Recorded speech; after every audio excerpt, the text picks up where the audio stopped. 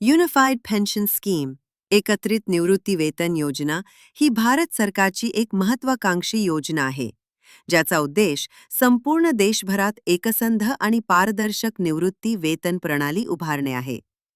ही योजना मुख्यतः असंघटित क्षेत्रातील कामगार, छोटे व्यावसायिक आणि स्वयंरोजगार करणाऱ्यांसाठी उपयुक्त आहे.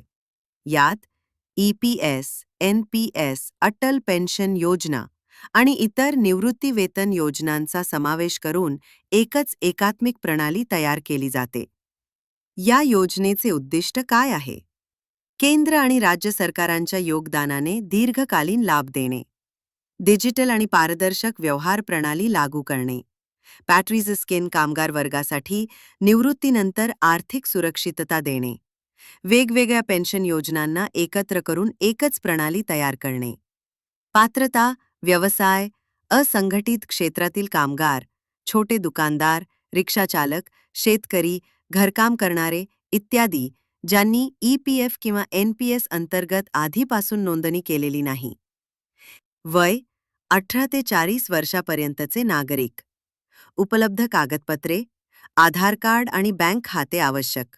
नोंदणी प्रक्रिया: ऑटो डेबिट सुविधा, दरमहा रक्कम बँकेतून आपोआप वजा केली जाईल. KYC, आधार आणि बँक खाते लिंक करणे आवश्यक. ऑनलाईन CSC केंद्र, उमंग ॲप किंवा EPFO NPS पोर्टलवरून. ऑफलाईन जवळच्या कॉमन सर्व्हिस सेंटर, बँक शाखा किंवा LIC एजंट मार्फत.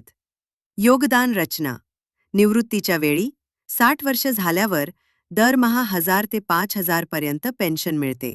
पेन्शन रक्कम व्यक्तीच्या योगदानावर अवलंबून असते. सरकार देखील तितकेच योगदान देते. एक ठरावी व्यक्ती दरमहा 1.55 ते 200 दरमहा, वय आणि निवडलेल्या पेन्शननुसार.